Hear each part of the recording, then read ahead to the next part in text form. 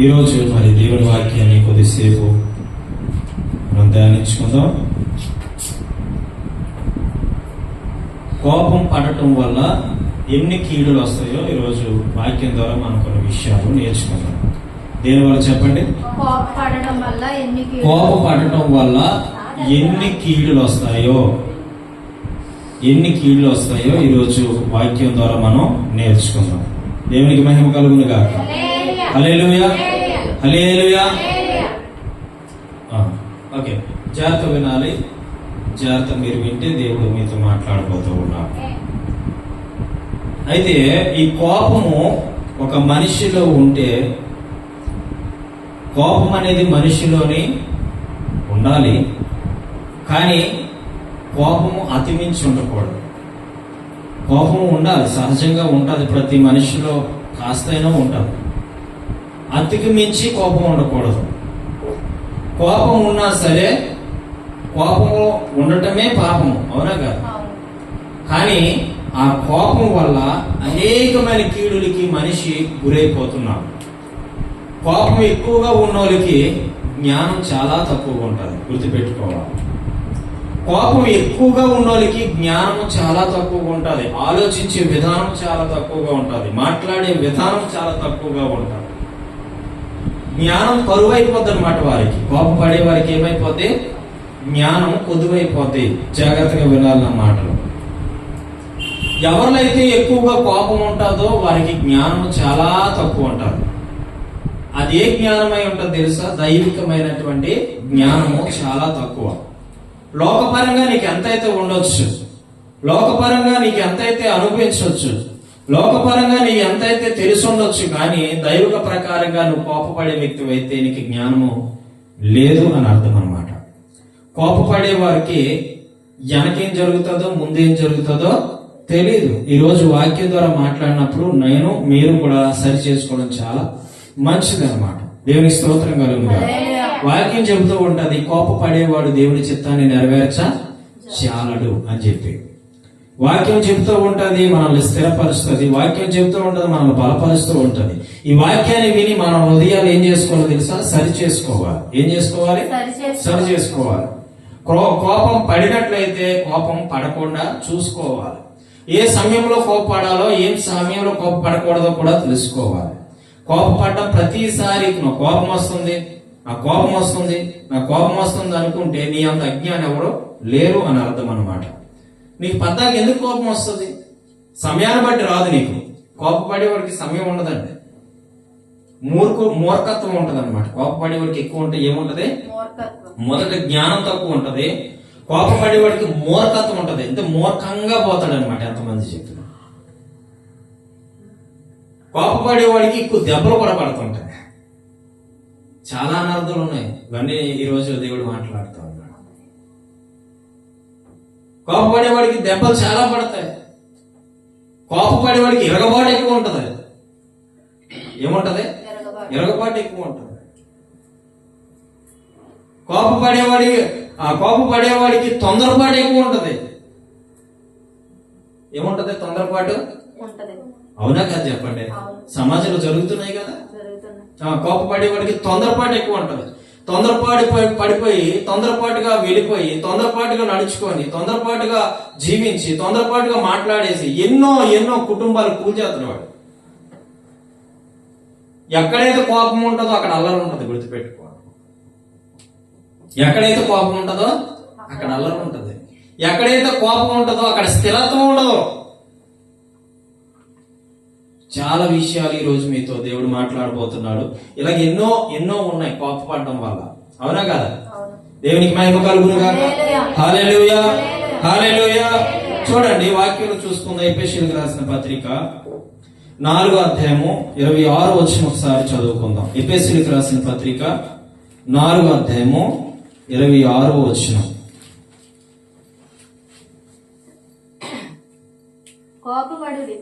కోపపడుడి గాని పాపము చేయకుడి. సూర్యుడు అస్తమించే వరకు కోపము నిలిచి ఉండకూడదు. ఇక్కడ ఎఫెసీయులకు రాసిన పత్రిక 4వ అధ్యాయం 26వ వచనం ఈ విధంగా సెలవిస్తుంది. ఏమంటే కోపపడుడి గాని పాపము చేయకుడి. సూర్యుడు అస్తమించే వరకు మీ కోపము నిలిచి ఉండకూడదు. ఎప్పుడు వరకు అట? సూర్యుడు అస్తమించేంత వరకు నీ కోపం ఏముండకూడదు? నిలిచి ఉండకూడదు. ఎవరిలో? మనలో. చెప్పండి, చెప్పాలి. నాలో అని చెప్పండి. మన హృదయం మీద చేసుకుని చెప్పండి. సూర్యుడు అస్తమించే లోపు నాలో కోపము ఉండకూడదు అని వాక్యం చెబుతూ ఉంది. హల్లెలూయా. అయితే ఈ కోపము ఎప్పుడులోపు నీకు ఒకవేళ కోపం వచ్చింది అనుకో, ఎప్పుడులోపు సరి చేసుకోవాలి? సూర్యుడు ఉదయించి అస్తమించే లోపు నువ్వేం చేసుకోవాలి? సరి చేసుకోవాలి. దేవునికి స్తోత్రం కలుగునుగా. చాలా మంది కోపపడితే గొడవ ఆడుకుంటే 3 రోజులు, 4 రోజులు, 5 రోజులు, ఒక్కొక్కరు సంవత్సరాలు, ఒక్కొక్కరు నెలలు, ఒక్కొక్కరు వారాలు, తరబడి ఇంకా కొంతమంది అయితే జీవితకాలం ఇదేదో మరణ శిక్ష లాగా వాళ్ళు విధించేస్తారు. జీవితకాలము వాళ్ళతో మాట్లాడరు అనమాట. కానీ వాక్యం ఏం చెప్తుందో తెలుసా? సూర్యుడు ఉదయించి అస్తమించే లోపు నీ కోపం ఏమైపోవాలి? నీలోంచి మాయమైపోవాలన్నమాట. నీలోంచి ఏమైపోవాలి? మాయమైపోవాలి. నువ్వు కోపపడే మనిషివైతే నీలో శత్రువు ఉండిపోతాడు. జాగ్రత్త. దురాత్మ నీలో నివసిస్తుంది. దుష్ట శక్తి నీలో ఉండిపోద్ది. కోపమైనటువంటి ఆ ప్రభావం నీలో ఉండిపోద్ది. ఎప్పుడూ కూడా కోపానికి చోటు ఇవ్వద్దు. హల్లెలూయా, హల్లెలూయా, హల్లెలూయా. మీరు జాగ్రత్త గమనించినట్లయితే వాక్యము కోపపడుడి కానీ ఇక్కడ ఏమంటున్నాడు? కోపం అందరికీ ఉంటది కాబట్టి అపోజిట్ పౌలు జ్ఞానముతో ఎఫెసీ సంఘముతో చెప్తున్నాడు. ఏమని చెప్పి? కోపపడండి కానీ పాపము. మరి ఇది కోపంలో ఏమవుతుంది చెప్పండి? ఎక్కువ కోపంలో కొంతమంది ఆడవాళ్ళకి సుప్రభాతాలు వస్తూ ఉంటాయి కదా. కొంతమంది ఆడవాళ్ళకి ఏమొస్తాయి? అమ్మో మామూలుగా కాదు. మరి ఇది పాపమా కాదా? అలా మాట్లాడడం పాపమా కాదా? హల్లెలూయా, హల్లెలూయా. ఇది పాపము. అలా మాట్లాడనేకూడదు. కోపంలో ఎన్నో పాపములు నువ్వు చేసి ఉంటావు. కోపంలో ఎన్నో మాట్లాంటావు. అన్ని పాపమే. తప్పుగా నీ నోరు జారిందనుకో, నీ జీవితము చెయ్యి విడుస్తుందని అర్థం. చూసుకో, గుర్తుపెట్టుకో. కాలు జారిన తీసుకొచ్చేమో కానీ నోరు జారితే కర్రతో కొట్టిన దుమ్మిరిగితే తిరగదు కానీ నోటు మాటతో మాత్రం ఇరిగిపోదండి. అవునా కదా? కోపము అనేక కీడులకి మూల కారణము. గుర్తుపెట్టుకోండి. దేవుని స్తోత్రం కలుగునుగాక. హల్లెలూయా, హల్లెలూయా. నీ కోపం ఏమైపోతుంది? క్షణాలు మాయమైపోవాలి.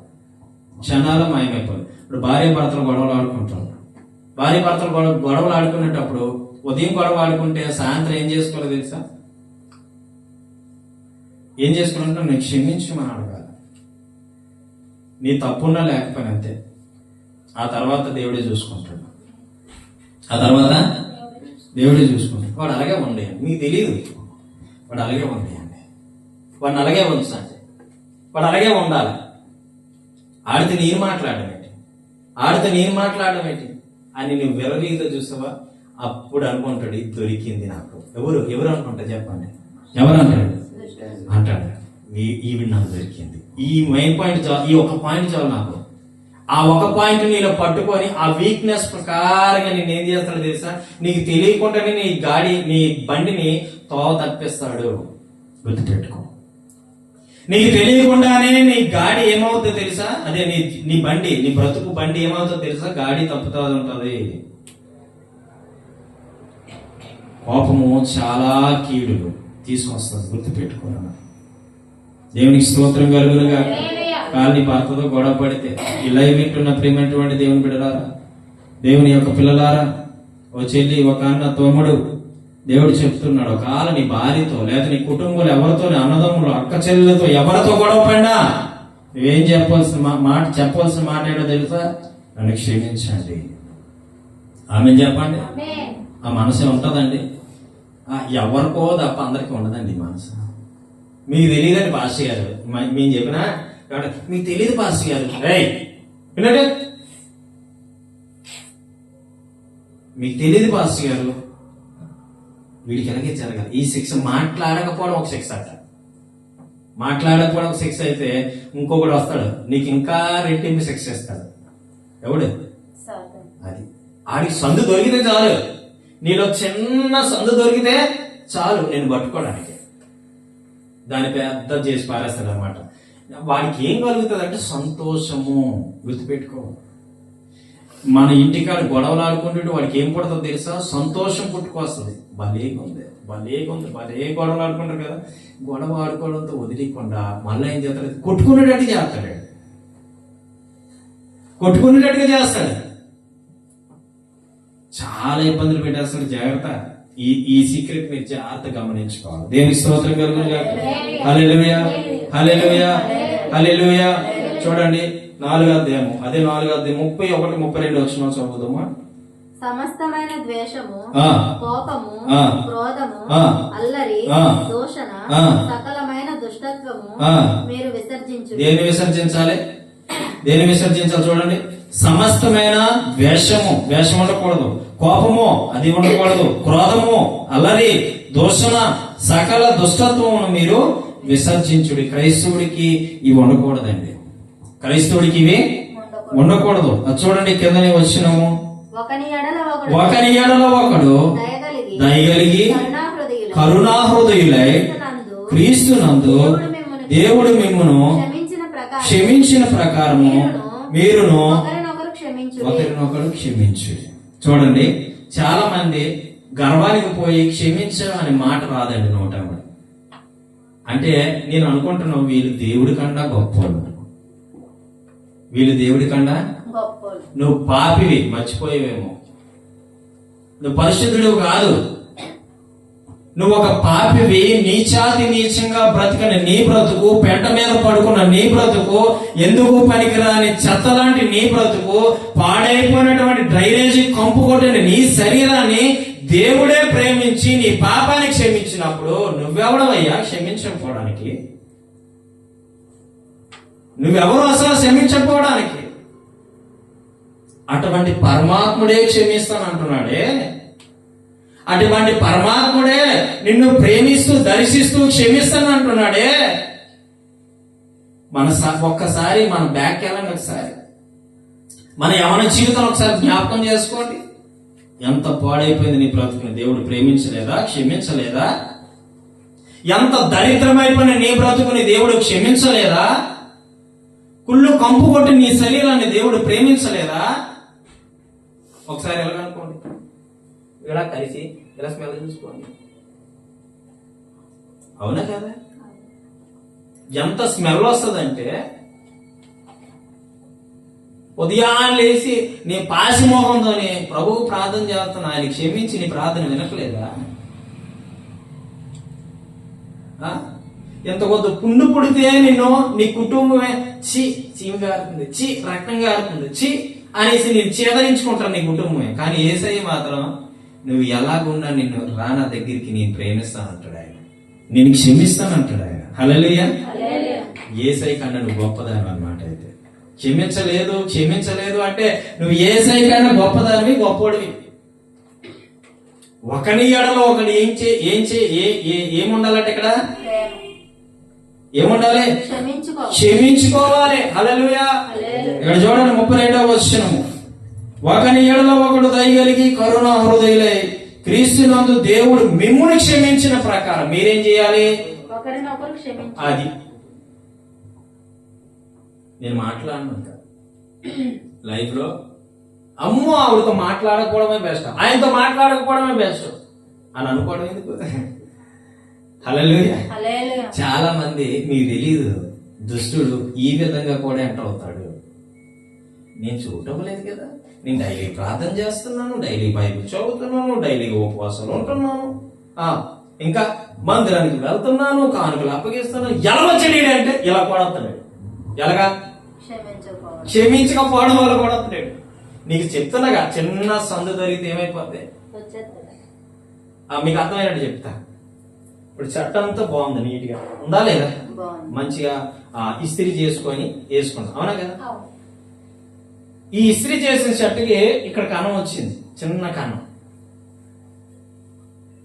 చిన్న కన్నం వచ్చింది, ఏమైతుంది? చిరుగుందా? ఇక్కడ కన్నం పడిందండి. అవును. ఈ సెట్టకు అందం ఉంటుందా? ఉండదు. చెప్పాలి. ఉండదు. ఉంటుందా? ఏమి చిరుగునే చూపుతారు అందరూ. ఏమండి, కొంతమంది ఇస్త్రీ నలిగితేనే సెట్ వేసుకోలేదు, మరి చిరిగితే వేసుకుంటారా? వేసుకోరు. వేసుకోరు. అంటే ఈ కన్నాన్ని బట్టి సెట్ అందం ఏమైపోయింది? పోయింది. ఆ చిన్న పనికి మాలిన మాట బట్టి, ఆ చిన్న పనికి మాలినటువంటి గుణాన్ని బట్టి నీకు ఆ గుణం క్షమించే గుణం లేదు చూసావా, ఆ గుణాన్ని బట్టి కూడా దురాత్మ దూరే అవకాశం ఉంటుంది. అవును. గుర్తుపెట్టుకో. దేవునికి స్తోత్రం కలుగుతుంది. హల్లెలూయా.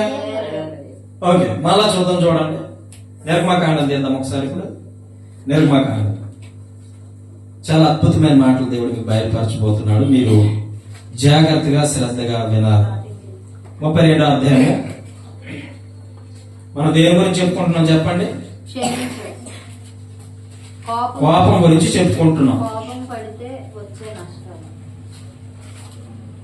32వ అధ్యాయము 21వ వచనం చదువుకుందాం. అప్పుడు మోషే నీవు ఈ ప్రజల మీదికి ఈ గొప్ప పాపము రప్పించినట్లు వారు నిన్ను ఏమి చేసిరని అహరోనును అడుగగా, అహరోను, నా ఏలినవాడా, నీ కోపము మండనీయకుము. ఈ ప్రజలు దుర్మార్గులను మాట నీ వెరుగుదువు. దుర్మార్గులను మాట 31వ వచనం నుంచి 21 నిర్గమకాండం 32వ అధ్యాయము 21 నుంచి నేను చదువుతాను. చూడండి, 21వ వచనం. అప్పుడు మోషే, నీవు ఈ ప్రజల మీదకి గొప్ప పాపము రప్పించినట్లు వారు నిన్ను ఏమి చేశారని అహరోను అడగగా, అహరోను, నా ఏలినవాడా, నీ కోపము మండనీయకుము. ఈ ప్రజలు దుర్మార్గులను మాట నీ వెరుగుదవు. ఈ ప్రజలు ఎలాంటి వాళ్ళట? ఈ ప్రజలు ఎలాంటి చెప్పండి? దుర్మార్గులైనా మనం ఎరిగి ఏం చేయాలా? తెలుసుకోవాలి. హల్లెలూయా చెప్పండి. హల్లెలూయా చెప్పండి. హల్లెలూయా చెప్పండి. వాళ్ళు దుర్మార్గులైనా సరే మనం ఏం చేయాలి చెప్పండి?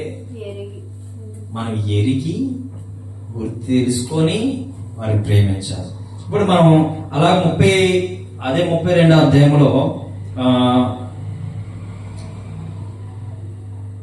32వ అధ్యాయంలో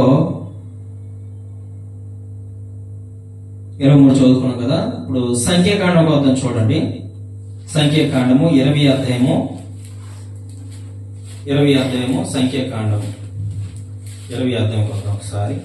నేను మళ్ళా అది చూపిస్తాను మీకు. 20వ అధ్యాయము సంఖ్యాకాండము 20వ అధ్యాయము 10వ వచనం ఒకసారి చదువుదామా.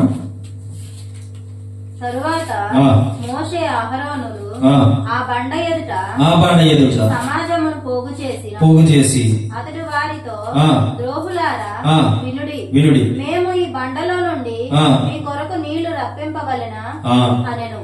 చూడండి, చాలు నేను చదవమనేటప్పుడు చదువు. కానీ ఇక్కడ చూడండి, మోషే కూడా కోప్పడ్డాడు. ఎవరు కోప్పడ్డారు? మోషే కూడా కోప్పడ్డాడు. ఎందుకు కోప్పడ్డాడు? అసలు ఎందుకు కోపడాల్సి వచ్చింది అంటే, ఆ పైనుంచి చదవండి ఒకసారి. 8వ వచనం. నీవు నీ కర్రను తీసుకొని నీవును నీ సహోదరుడైన అహరోనును ఈ సమాజమును పోగు చేసి వారు కనుల ఎదుట ఆ బండతో మాట్లాడము. ఇది ఎవరు చెప్పారంటే దేవుడు చెప్పాడు. ఎవరికి చెప్పాడంటే మోషేకి చెప్పాడు. ఆ బండతో మాట్లాడము, అది నీళ్లునిచ్చును. నీవు వారి కొరకు నీళ్లు బండలో నుండి రప్పించి సమాజమునకును వారి పశువులకు త్రాగనిమ్ము అని దేవుడు మోషేతో చెప్పాడు. ఏమని చెప్పాడంటే, నువ్వు బండ దగ్గరికి వెళ్ళు. అర్థమవుతుందా? ఆ బండ దగ్గరికి వెళ్ళి నువ్వు మాట్లాడు.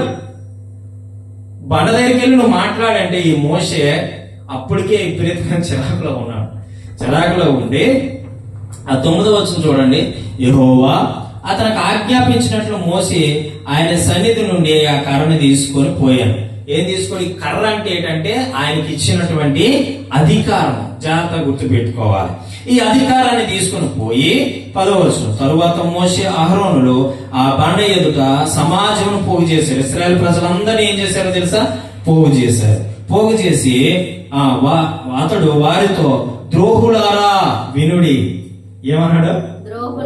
ద్రోహులారా అన్నాడు. ఎవరిని అన్నాడు తెలుసా? ఎంతవరకు రక్షించినటువంటి ఆ ఇశ్రాయేలు ప్రజల్నే ఈ మోషే అప్పుడు దాకా క్షమించి క్షమించి క్షమించి వచ్చి అప్పుడే ఆ నీళ్లు ఇవ్వలేదనే ఇశ్రాయేలు ప్రజలు, ఎందుకు మమ్మల్ని ఈ అరణ్యంలో తీసుకొచ్చి పడేసావు, ఎందుకు మమ్మల్ని ఆ పరో చేతుల్లోంచి విడిపించావు, ఎందుకు మమ్మల్ని ఈ అరణ్యంలోకి రప్పించావు, ఆ చచ్చిపోయేది ఏదో ఆ పరో చేతిలో చచ్చిపోదు కదా, మమ్మల్ని ఎందుకు ఈ మయాన్ని తీసుకొచ్చి మమ్మల్ని ఇబ్బంది పెడుతున్నావు అని చెప్పేసి మోషే మీద సొనుక్కోవడం వల్ల మోషే కోపపడిపోయి దేవుడు చెప్పింది పక్కన పెట్టి మోషే ఏం చేశాడు తెలుసా? ఆ మోషే వాళ్ళ దగ్గరికి వెళ్ళి ఏమన్నాడు? ఓయ్ ద్రోహులారా, ఆ ఒక్క మాట అనేసాడండి. ఏమన్నాడు? ఆ ఒక్క మాట. దేంతో అన్నాడు? కోపముతో అన్నాడు. చూడండి అక్కడ 10వ వచనం మళ్ళా చదువుతాం. తరువాత మోషే అహరోనులు ఆ బండ ఎదుట సమాజంగా కూడినప్పుడు అతడు వారితో, ద్రోహులారా వినుడి, మేము ఈ బండలో నుండి మీ కొరకు నీళ్లు రప్పించవలెనా? ఏమంటున్నాడు? దేవుడు ఏమన్నాడు? రప్పించు, వాళ్ళు తాగుతారని చెప్తే మీ కొరకు ఈ బండలో నీళ్లు రప్పించాలా మేము అని అడుగుతున్నాడు. అంటే ఎంత కోపంతో రగిలిపోతున్నాడో మోషే ఒకసారి మనం అర్థం చేసుకోవాలి.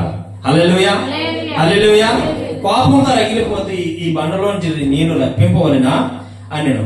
అప్పుడు 11వ వచనం, మోషే తన చెయ్యి ఎత్తి 2 మార్లు తన కర్రతో ఆ బండను కొట్టగా నీరు సమృద్ధిగా ప్రవహించాను. దేవుడేమో వచ్చి బండ దగ్గరికి వెళ్ళి మాట్లాడమంటే ఈ మోషే వచ్చి ఆ కర్రతో కొట్టాడు. ఇది నాకు అధికారం అని చెప్పి. ఇప్పుడు ఇది అధికారం అనుకోండి, అధికారంతో ఏం చేశాను? కొట్టాడు. అసలు దేవుడు చెప్పింది ఏంటి? మాట్లాడు అన్నాడు. కానీ ఈయన చేసింది ఏంటి? కొట్టాడు. అంటే ఇక్కడ ఏమైందంటే మోషే విపరీతమైన కోపంతో ఇశ్రాయేలు ప్రజల మీద కోపపడ్డాడు అన్నమాట. దేవునికి స్తోత్రం కలుగును గాక. సమృద్ధిగా ప్రవహించే వాళ్ళు తాగారు, వారి పశువులు తాగారు. అప్పుడు యెహోవా మోషే అహరోనుతో, మీరు ఇశ్రాయేలు కనుల ఎదుట ఈ పరిశుద్ధాత్మ సన్మానించినట్లు నా పరిశుద్ధాత్మను సన్మానించినట్లు నన్ను నమ్ముకొనకపోతే గనుక ఈ సమాజంలో నేను వారికి ఇచ్చిన దేశంలోనికి మీరు తోడుకొని పొండి అని చెప్పాను. హల్లెలూయా, హల్లెలూయా. ఇక్కడ మనకి ఇవన్నీ అవసరం లేదు, కానీ ఇక్కడ మనకు కావాల్సింది ఏంటంటే దేవుడు మోషేకి చెప్పినట్లు చెయ్యకపోవడమే ఇక్కడ మోషే కోపము చూస్తా ఉన్నాం. అంటే ఇక్కడ మనం అర్థం చేసుకోవాల్సింది ఏంటో తెలుసా? దేవుడు చెప్పినట్టు చేయకపోవడం కూడా పాపమే. దేవుడు చెప్పినట్టు చేయకపోవడం కూడా పాపమే. ఇప్పుడు అలాగా సంఖ్యాకాండము 20 అధ్యాయంలోనే చూడండి, 24 వచనం ఒకసారి చదువుకుందాం మనం. మరి జాగ్రత్తగా విన్నాను, నా మాటలు అర్థమవుతూనే లేదు. ఈ మెసేజ్ జాగ్రత్త వింటే మీకు కరెక్ట్ గా అర్థమవుతుంది. 24 వచనం చదువుతాం. అహరోను తన పితరులతో చేర్చబడిన ఎలయనగా మొరీబా నీళ్ళ యొద్ద వారు ఈ మాట వినక నా మీద తిరుగుబాటు చేసిరు గనుక నేను ఇశ్రాయేలుకి ఇచ్చిన దేశమందు అతడు ప్రవేశింపడు. నీవు అహరోనును అతని కుమారుడైన ఎలియాజరుకు తోడుకొని హాయి కొండకెక్కి అహరోను వస్త్రములు తీసి అతని కుమారుడైన ఎలియాజరుకు తొడిగించుము. అహరోను తన పితరులతో చేర్చబడి అక్కడ చనిపోయారు. అక్కడ ముందే దేవుడు ఏం చెప్తున్నాడు అంటే అహరోను చనిపోతాడు. అహరోను చనిపోయిన తర్వాత కూడా నేను పాలు తేళ్లు ప్రవహించే దేశం ఒకటి ఉంది కదా, ఆ దేశముకి మోషే కూడా రాడని చెప్పేస్తున్నాడు ఖండించి. ఎందుకంటే మోషే దేవుడు చెప్పినట్టు చేయకపోవడం వల్ల అక్కడ ఏం జరిగిందో తెలుసా? అక్కడ కోపపడ్డాడు మోషే. కోపపడడం వల్ల ఆ పాలు తేనెలు ప్రవహించే దేశానికి వెళ్ళలేకపోయాడు. హల్లెలూయా, హల్లెలూయా. చూడండి అదే మాట కీర్తనలో ఉంటది, ఒకసారి చూద్దాం. 106 కీర్తనలో అదే మాట ఉంటది చూడండి ఒకసారి. 106 కీర్తన మీరు జాగ్రత్త వినాలన్నమాట. 106 కీర్తన 31, 32 వచనాలు చదువుదాం. మొరీబా జలముల యొద్ద వారు ఆయనకు కోపము పుట్టించి. ఎక్కడ పుట్టించారో తెలుసా? మోషేకి మొరీబా జలముల యొద్ద ఆయనకు కోపం పుట్టించి కావున వారి మూలముగా మోషేకు బాధ కలిగను. ఏం కలిగిందట? బాధ. ఇశ్రాయేలు ప్రజల వల్ల మోషేకి బాధ కలిగింది. ఎట్లనగా వారు అతని ఆత్మ మీద తిరుగుబాటు చేయగా, దేని మీద తిరుగుబాటు చేశారు తెలుసా? మోషే మీద కాదు తిరుగుబాటు చేసింది. మోషే కలిగి ఉన్నటువంటి దేవుని శక్తిని వాళ్ళు ఏం చేశారంటే నమ్మలేదు. తర్వాత ఏంటంటే ఆయన మీద తిరగబడ్డారు. అంటే దేవుని ఆత్మ కలిగిన నా మీదే తిరగబడ్డారని చెప్పి ఆయన బాధపడ్డాడట. తిరుగుబాటు చేయగా అతడు తన పెదవులతో కాని మాట పలికెను. కాబట్టే కాని మాట పలికాడు. కాని మాట పలకడం వల్లే మోషే ఏం చేయబడ్డాడో తెలుసా? ఏం చేయబడ్డాడంటే ఆ పాలు తేనెలు ప్రవహించే దేశానికి వెళ్ళలేడు. అంటే కోపపడ్డం కూడా ఎంత లాస్ అయిపోయాడు మోషే మనం అర్థం చేసుకోవాలి. దేవునికి స్తోత్రం కలుగును గాక. హల్లెలూయా, హల్లెలూయా. ఇక్కడ మళ్ళీ ఒకసారి మనం వెనక్కి వద్దాము. అది సంఖ్యాకాండం 20 అధ్యాయంలోకి మళ్ళీ వద్దాం. కోపపడడం వల్ల ఇన్ని కీడులు ఉంటాయా అని మీరు దేవుడితో నడిచిన వ్యక్తి, దేవుడు వెన్నుకున్న వ్యక్తి, దేవుడు నడిపించినటువంటి వ్యక్తి. కానీ ఇక్కడ ఏం జరిగిందో తెలుసా? ఇక్కడ జరిగిన సిచ్యువేషన్ ఏంటంటే ఆయన కూడా వెళ్ళలేకపోయాడు. ఎందువల్ల అంటే ఆ దేవుని ఆత్మని వాళ్ళు ఏం చేశారంటే తృణీకరించినట్టు మాట్లాడేదానికి మోషే కోపపడ్డాడు. దేవునికి స్తోత్రం కలుగును గాక. హల్లెలూయా, హల్లెలూయా, హల్లెలూయా. మనం జాగ్రత్తగా సంఖ్యాకాండము 20 అధ్యాయంలోకి వస్తే అక్కడ ఒకసారి చూడండి. 24, 25 వచనాలు మనం చదువుకున్నాం కదా. తిరుగుబాటు చేసి కనుక ఇశ్రాయేలుకి ఇచ్చిన దేశమును అతడు ప్రవేశింపడు అని ఖచ్చితంగా దేవుడు చెప్పేశాడు అనమాట. ఎలా చెప్పాడు? ఖచ్చితంగా చెప్పారా లేదా? చెప్పారా లేదా? ఇప్పుడు చూడండి, ఇప్పుడు 20 అధ్యాయం 10వ వచనం ఒకసారి చదువుదాం. తర్వాత మోషే అహరోనులు ఆ బండ ఎదుట సమాజం పోగు చేసినప్పుడు అతడు వారితో, ద్రోహులారా వినుడి, మేము ఈ బండలో నుండి మీ కొరకు నీళ్లు రప్పింపవలెనా అని అన్నాడు. అప్పుడు మోషే తన చెయ్యి ఎత్తి 2 మారులు ఆ కర్రతో ఆ బండను కొట్టగా నీళ్లు సమృద్ధిగా ప్రవహించి అక్కడున్న పశువులు త్రాగారు, మనుషులు తాగారు. తాగిన తర్వాత 12వ వచనం, అప్పుడు యెహోవా మోషే అహరోనులతో, మీరు ఇశ్రాయేలు కన్నుల ఎదుట నా పరిశుద్ధాత్మను సన్మానించినట్లు నన్ను నమ్మకపోతిరి గనుక. ఇక్కడ ఏమంటున్నాడు దేవుడు? నా పరిశుద్ధాత్మని సన్మానించలేదు అంటే దేవుణ్ణి నువ్వు నమ్మలేదు. ఏమంటున్నాడు అక్కడ? నమ్మలేదు కనుక ఈ సమాజం నేను వారికి ఇచ్చిన దేశంలో మీరు తోడుకొని పోరని చెప్పాను. ఏమంటున్నాడు ఇక్కడ? మళ్ళా మీరు రాను, మీరు తోడుకొని నేను పోను. ఎందుకంటే మాట్లాడమని దేవుడు చెప్పాడు. ఎక్కడికి వెళ్ళి? బండ దగ్గరికి వెళ్ళి మాట్లాడు, నేను ఇస్తాను. నువ్వు మాట్లాడితే మీరు ఇంకోటి తెలుసా? ఆ బండే క్రీస్తు. ఆమేన్ చెప్పండి. ఆ బండే క్రీస్తు, ఆ రాయే క్రీస్తు. నువ్వు రాయి దగ్గరికి వెళ్ళి మాట్లాడు. నువ్వు రాయి దగ్గరికి వెళ్ళి మాట్లాడితే ఆ రాయిలోంచి నేను నీరుని ఇస్తాను, జీవ జలాన్ని ఇస్తాను. అది త్రాగి ఇశ్రాయేలు ప్రజలే కాదు వారితో ఉన్న పశువులు కూడా త్రాగుతాయనేసి మోషేకు కరెక్ట్ గా చెప్తే మోషే తిన్నగా వెళ్ళి వాళ్ళేమన్నాడు తెలుసా? ఓ ద్రోహులారా. అసలు ఈ మాట ఎందుకన్నాడంటే చిరాకు తెప్పించేశాడు మోషేకి చిరాకు తెప్పించడం వల్ల కోపపడిపోయాడు మోషే. చిరాకు తెప్పించడం వల్ల మోషే కోపపడడం వల్ల ఆ ఒక్క కోపానికి ఏమైపోయాడో తెలుసా? పాలు తేనెలు ప్రవహించే దేశానికి వెళ్ళలేకపోయాడు. మీరు అర్థం చేసుకోవాలి. అంటే కోపం కూడా పరలోకం చేర్చదని అర్థం చేసుకోవాలి. నీలో ఉన్న కోపము పరలోకాన్ని చేర్చదు, గుర్తుపెట్టుకో. నీలో ఉన్న కోపం ఎంత కీడో, ఎంత దోషమైందో గుర్తుపెట్టుకో. మోషేకే లేదంటే పరలోకం, నీకు ఉంటుందా పరలోకం? హల్లెలూయా. కానీ దేవుని ఆజ్ఞను శిరసా వహిస్తే ఖచ్చితంగా నువ్వు పరలోకం చేరుతావు. ఆమేన్ చెప్పండి, ఆమేన్ చెప్పండి. చూడండి, కీర్తన గ్రంథం 37వ అధ్యాయంలో ఒకసారి చూద్దామా? కీర్తన గ్రంథం 37వ అధ్యాయం. ఈరోజు దేవుడు వాక్యాలు చూపించి మీతో మాట్లాడుతున్నాడు. 37వ అధ్యాయము 8వ వచనం ఒకసారి చదువుతాం. కోపము మానుము, ఆగ్రహము విడిచిపెట్టుము, వ్యసనపడకుము, అది కీడుకే కారణం. చూడండి, కోపము మానుము, ఆగ్రహము విడిచిపెట్టుము. ఏం చేయాలి? కోప పడకండి. నువ్వు ఉద్రేకంతో కోపపడి వాళ్ళు చూడండి ఎలా ఉందో తెలుసా?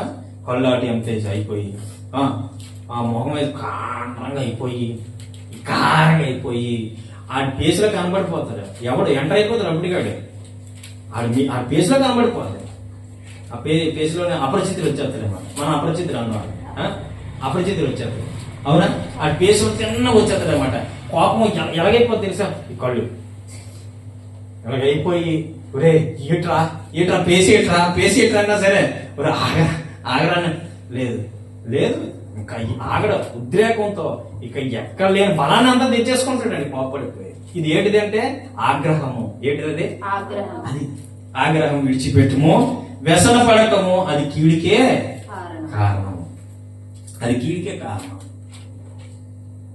చాలా జాగ్రత్త మన వాక్యాన్ని ధ్యానించినట్లయితే, నీలో కోపం ఉంటే నువ్వెందుకు పని చేయవు అంటే ఒక మాటలో చెప్పాలంటే,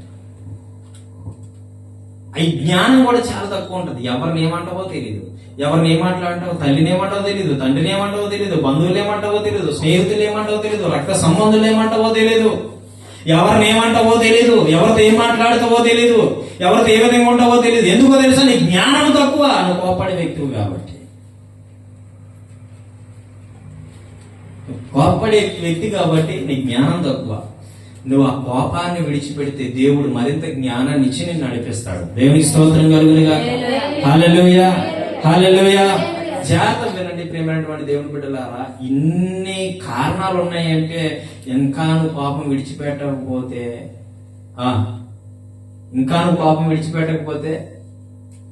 నువ్వు పశుప్రాయుడితో సమానం అంటాను నేనైతే. ఎందుకో తెలుసా? విడిచిపెట్టాలి. దేవుని వాక్యాన్ని ఉన్నది ఉన్నట్టుగా ప్రకటించినప్పుడు ఆ కోపాన్ని అక్కడ విడిచిపెట్టాలి. విడిచిపెట్టకపోతే నేను అది వదిలిపెట్టాను. ఏది? అది అపరిచితం. వదిలిపెడతాడా? బద్దగా నీ కోపం తెచ్చేస్తాడు. కోపం ఉన్నోళ్ళకి ఏం జరుగుతుందో తెలుసా? అనుకోకుండా కీళ్ళో పడిపోతాడు. ఏంది ఇలా జరిగిందేంటి, ఇలాగైపోయిందేంటి అనుకుంటారు వీళ్ళు. కానీ ఆడు కోప పడ్డం వల్ల వచ్చిందని సంగతి వాళ్ళకి తెలియదు. వీళ్ళు అనుకున్నది ఒకటి జరుగుతుంది, అక్కడ జరిగింది ఇంకోటి. అనుకున్నట్టు జరగలేదు ఏంటి అంటే, నీ కోపమే నీకు శత్రువు. అనుకున్నట్టు జరగకపోవడం నీ కోపమే. హల్లెలూయా చెప్పండి, హల్లెలూయా చెప్పండి, హల్లెలూయా. జాగ్రత్త ప్రియమైనటువంటి దేవుని బిడ్డలారా, జాగ్రత్త. ఈ రోజులో ఒక ప్యాషన్ అయిపోయింది. ఇది అజ్ఞానం అన్నమాట. ఈ ప్యాషన్ కాదు, అజ్ఞానం. ఏంటి తెలుసా? తల్లిని ఓలే అంటాడు, పిల్లని ఓలే అంటాడు, కూతురిని ఓలే అంటాడు, ఎవరిని వరసైన వాళ్ళు కూడా ఓలే అంటాడు. ఇది అజ్ఞానం అండి. వాళ్ళు విమిడిపోయింది ఏంటో తెలుసు? విపరీతమైన కోపము, క్రోధము. వాళ్ళు విమిడిపోయింది. అది ఆడవాళ్ళు అవ్వచ్చు, మగవాళ్ళు అవ్వచ్చు. దీన్ని అని సంబోధిస్తున్నామంటే నీకు జ్ఞానం తక్కువ. అది ఇది అంటున్నావంటే నీ జ్ఞానం తక్కువ. నీలో ఉన్నది ఏంటంటే కోపము, అది ఎక్కువ ఉంది. ఏమే ఒలే అంటున్నావంటే నీకు జ్ఞానం తక్కువ. ఏమంటే అమెరికాలో ఉన్నట్టు ఇక్కడ ఉంటుందా? ఇక్కడ ఉన్నట్టు అమెరికాలో ఉంటుందా? ఎక్కడ ఫ్యాషన్ అక్కడదే. అక్కడ ఉన్నట్టు ఇక్కడ ఉండదు, ఇక్కడ ఉన్నట్టు అక్కడ ఉండదు. ప్రపంచం మనం 4 దిక్కల 4 ఇప్పుడు ఈ రాష్ట్రంలో ఉన్నట్టు ఇంకో రాష్ట్రంలో ఉండకపోవచ్చు, ఇంకో రాష్ట్రంలో ఉన్నట్టు ఈ రాష్ట్రంలో ఉండకపోవచ్చు. అక్కడ ఉన్న కల్చర్ని బట్టి అక్కడ నువ్వు పద్ధతులు పాటించాలి. ఇక్కడ ఉన్న కల్చర్ని బట్టి ఇక్కడ పద్ధతులు పాటించాలి. చుట్టాల ఇంటికి వెళ్తే అక్కడ ఎలా ఉండాలో తెలుసుకొని అక్కడ పద్ధతులు పాటించాలి. ఇక్కడికి వచ్చినప్పుడు ఇక్కడ ఉండడం పాటించాలని కొంతమంది అందరూ మేము అలా నటించడం చేత కాదండి మాకు. ఇది మరీ జ్ఞానవంతుడు. నాకు మనం నటించడం ఎవరు నటించమని నేను నటించమంటున్నావా?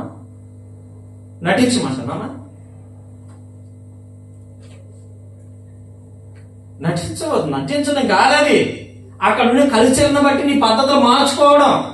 ఆమె చెప్పండి, హల్లెలూయా. అక్కడ ఉన్న పరిస్థితులను బట్టి ఛత్తీస్గఢ్ వెళ్తాం. ఛత్తీస్గఢ్ 4-5 సార్లు వెళ్ళా. 4-5 సార్లు వెళ్ళేటప్పుడు ఎక్కల్లాగా ఏసీ రూమ్ 2 అక్కడ.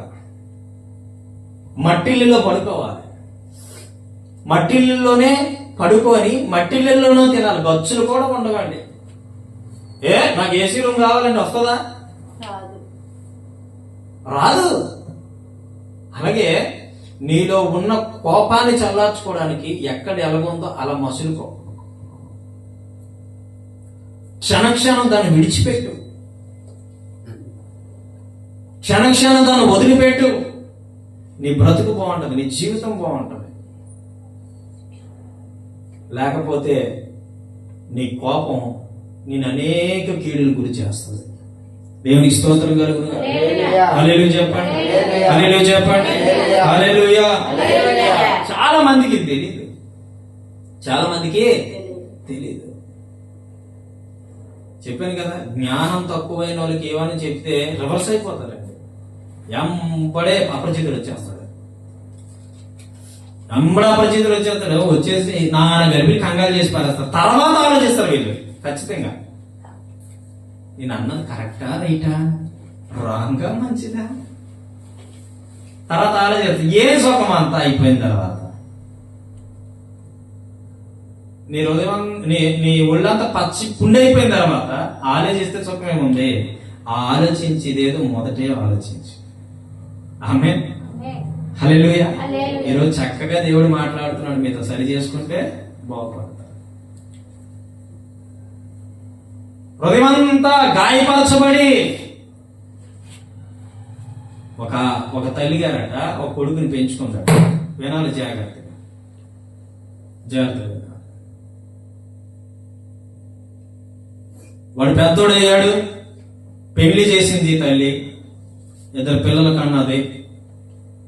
కన్న తర్వాత మనోడు డ్రింకింగ్ అలవాటు పడ్డాడు. చాలా బాగా విపరీతంగా తాగుతూ ఉన్నాడు. తన తల్లి చెప్తూ ఉందంట, నానా నువ్వు డ్రింకింగ్ అలవాటు పడ్డావు, నువ్వు తాకరా, నువ్వు తాగితే సమాజం నేను ఎర్రోడి మాదిగా చూస్తుంది. మనకి ఇప్పుడు సమాజంలో మంచి పేరు లేదు, మంచి ప్రఖ్యాతులు లేవు, మంచి జ్ఞానం లేదు. మనం అంటే పేకల్దాకా అనేకులు పొందరా. నువ్వు జాగ్రత్తగా బ్రతికితే నీ తండ్రి కూడా లేడురా.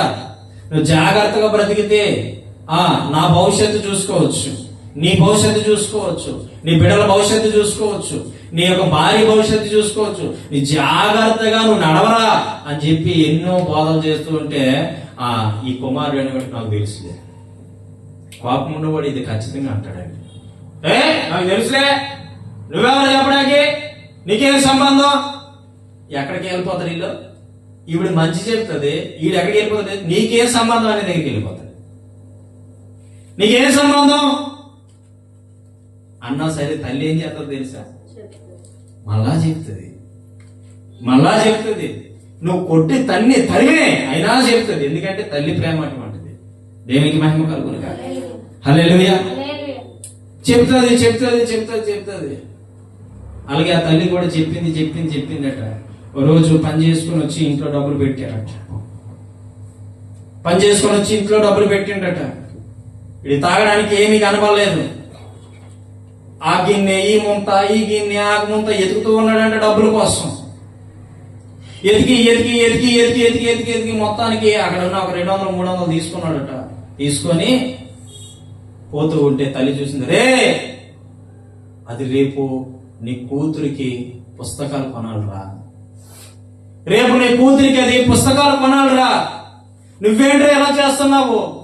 ఇంట్లో ఏమి లేకపోతే ఇంట్లో సామాన్లు అమ్మేస్తున్నావు, భార్యను కొడుతున్నావు, పిల్లలు తిడుతున్నావు, తల్లిగా నాకు ఏ రోజు గౌరవం లేదు.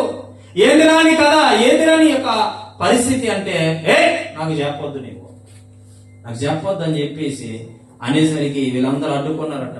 కాలు చేతులు, పిల్లలు కూడా బతిలాడుతున్నారట. నానా వద్దు నానా,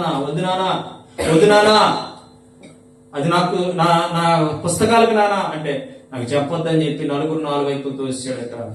తోసేసి ఆ తర్వాత తల్లి గబుగాను వచ్చి గట్టి పట్టేసుకొని, వద్దురా, చేయొద్దురా, ఇది చెడ్డకారిరా, ఇది మంచి పని కాదురా, ఈ డబ్బులే ఉన్నాయిరా అని చెప్పి ఆ కొడుకుని పట్టుకుంటే ఆ తల్లిని గోడకిలాగా తోసేసాడట. గోడకు తోసిస్తే ఆ గోడకు ఒక మేకు ఉందట, అది తల గుచ్చిపోయిందంట. తల గుచ్చిపోతే ఆ తలకు దెబ్బ తగిలి చీరికిపోయి అలా కింద పడిపోయిందంట. కింద పడిపోయి ఆ గోడ అంతా బ్లడ్ అయినంట. ఆ గోడ మొత్తం బ్లడ్ అయినంట. బ్లడ్ కారుతా ఉంది.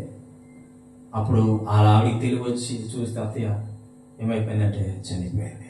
చూడండి, ఒక మనిషిలో ఉన్నటువంటి కోపము ఏం చేసింది చెప్పండి? చంపేసింది. కోపం ఈ రోజుల్లో చాలా మంది చంపేస్తుంది. చాలా మంది న్యూస్లో వింటున్నాం, చాలా మంది పేపర్లో వింటున్నాం, చాలా మందిని చూస్తున్నాం. మొన్న ఒక తల్లి ఏం చేసింది? చిన్న 2 సంవత్సరాలు కొడుకుని తీసుకొని భార్య భర్తలు గొడవ పడ్డారట.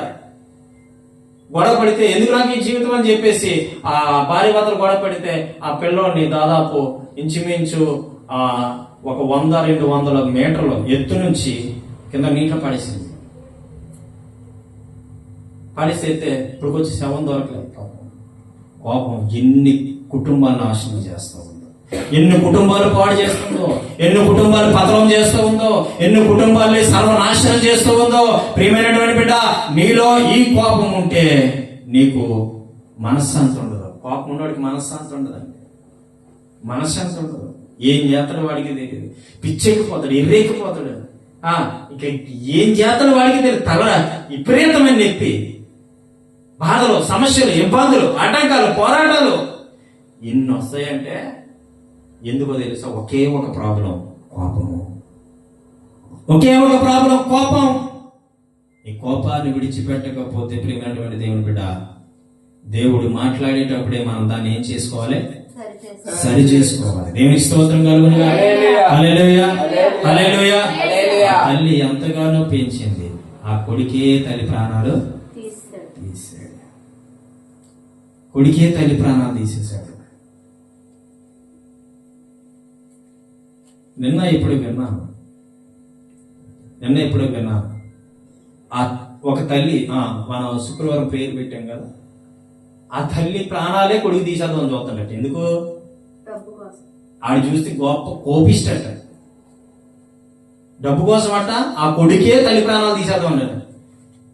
మేము తదనంతరం పోయిన తర్వాత ఇల్లు నీకే కదా అన్నదట. అయితే ఇప్పుడే మేడ మీద తోసేస్తాను అన్నాడట తల్లిని. చూడండి, కోపం ఎన్ని కీళ్లు తీసుకొస్తుంది. 5 అంతస్తుల బిల్డింగ్ నిర్మించట, 3 అంతస్తుల బిల్డింగ్ నిర్మించట, తోసేస్తాడట. చచ్చిపోతే తదనంతరం అయిపోతుంది కదా, అప్పుడు నేనే వారసుని. ఇలాంటి మూర్ఖులు ఎంతో మంది ఉన్నారండి. ఇలాంటి మూర్ఖత్వం కలిగిన మనుషులు ఎంతో మంది ఉన్నారు. నీ మూర్ఖత్వం విడిచిపెట్టకపోతే, నీ జీవితాన్ని బాగు చేసుకోకపోతే శత్రువుని మరింత ఇబ్బంది పెట్టడానికి వాడు ప్రయత్నం చేస్తాడు. కానీ విడిచిపెడితే సంతోషకరమైన జీవితం నీ కొరకు వేచి ఉంది. దేవునికి స్తోత్రం కలుగును గాక. హల్లెలూయా, హల్లెలూయా, హల్లెలూయా. జాగ్రత్తగా మనం దేవుని వాక్యాన్ని పఠించాలి. మోషే కోపపడడం వల్ల పాలు తేనెలు ప్రవహించే దేశానికి వెళ్ళలేకపోయాడు. నీవు ఏం తెలుసుకోవాలి తెలుసా? కోపపడటం వల్ల ఇన్ని కీడులు వస్తే దేవునితో మాట్లాడాడు. దేవునికి స్తోత్రం కలుగును గాక. ఈ కోపాన్ని విడిచిపెట్టుకనుకో, నీ జీవితాన్ని నువ్వు చక్కపరుచుకుని వాడవుతావు. జ్ఞానం ఉంటదన్నమాట, జ్ఞానం వస్తుంది. కోపం తగ్గించుకోవడం వల్ల జ్ఞానం పెరుగుతుంది, కోపం పెంచుకోవడం వల్ల జ్ఞానం తగ్గిపోతుంది నీకు. జాగ్రత్తగా గుర్తుపెట్టుకొని మన సమాజంలో ఎలా నడాలి, సేవలో ఎలా నడాలి, క్రీస్తులో ఎలా నడాలి, ప్రభువులు ఎలా ఉండాలి, ప్రతి విషయంలో కూడా కోపాన్ని దిగమింగుకుంటూ, ఎంత కోపం వచ్చినా దిగమింగుకుంటూ చక్కని మార్గంలో యథార్థంగా నడిస్తే పరిశుద్ధుడైన దేవుడు నిన్ను నన్ను ప్రేమించక మానడు. దేవునికి స్తోత్రం కలుగును గాక. హల్లెలూయా. కాబట్టి ప్రియమైనటువంటి దేవుని బిడ్డలారా, ఇటువంటి బంధకములో, ఈ కోపం అనే బంధకములో, ఈ కోపంతో రగిలిపోతూ, కోపముతో ఇబ్బందులు పడుతూ, కోపముతో సమస్యల్లో మార్గాలు నడుస్తున్నట్టేమో ఉన్నట్లయితే ఈ వాక్యం ద్వారా నీ శరీరాన్ని, నీ జీవితాన్ని, నీ మనస్సుని సరి చేసుకో. లేదు అంటే నీకు ఖచ్చితంగా శత్రువు అటాక్ చేస్తాడు. వాడి తంత్రాలు నువ్వు ఎరగలేవు, వారి మంత్రాలు నువ్వు ఎరగలేవు. జాగ్రత్తగా నీ హృదయాన్ని నువ్వే సరి చేసుకోవాలి. దేవుని స్తోత్రం కలుగును గాక. అవకాశం వచ్చినప్పుడు దాన్ని మనం ఏం చేసుకోవాలి? సరి చేసుకోవాలి. దేవుడు మాట్లాడినప్పుడు దాన్ని ఏం చేసుకోవాలి? సరి చేసుకోవాలి. దేవుడు వాక్యాన్ని మనం పఠించాలి. దేవుడు వాక్యాన్ని పాటిస్తూ పోతే ఖచ్చితంగా దేవుడు నీకు మేలే చేస్తాడు. హల్లెలూయా. కాబట్టి ప్రియమైనటువంటి దేవుని పిల్లలారా, కోపాన్ని విడిచిపెట్టు. ఒకవేళ కోపం పడిన వెంటలో క్షమాపణ వేడుకో. ఇది చాలా మంచిది. ఆమేన్ చెప్పండి. మనశ్శాంతి ఉంటది, నెమ్మది ఉంటది, సుఖం ఉంటది, సౌఖ్యం ఉంటది, ప్రేమ ఉంటది, అనురాగాలు ఉంటాయి, ఆప్యాయత ఉంటది, చాలా ఉంటాయి. కోపం విడిచిపెడితే చాలా ఉంటాయి. అదే కోపాన్ని నువ్వు పట్టుకున్నావంటే మనశ్శాంతి ఉండదు, నెమ్మది ఉండదు, సుఖం ఉండదు, సంతోషం ఉండదు, ఐక్యత ఉండదు, ప్రేమ ఉండదు, మరి ఇంకేమీ ఉండదు. అక్కడ అల్లరే గొడవలే. ఏది కావాలో తెలుసుకోవాల్సిన బాధ్యత అనేది. దేవుడి ఈ వాక్యం దీవించును గాక. ప్రార్థన చేసుకుందాం. కళ్ళు మూసుకోండి, ప్రార్థన చేసుకుందాం.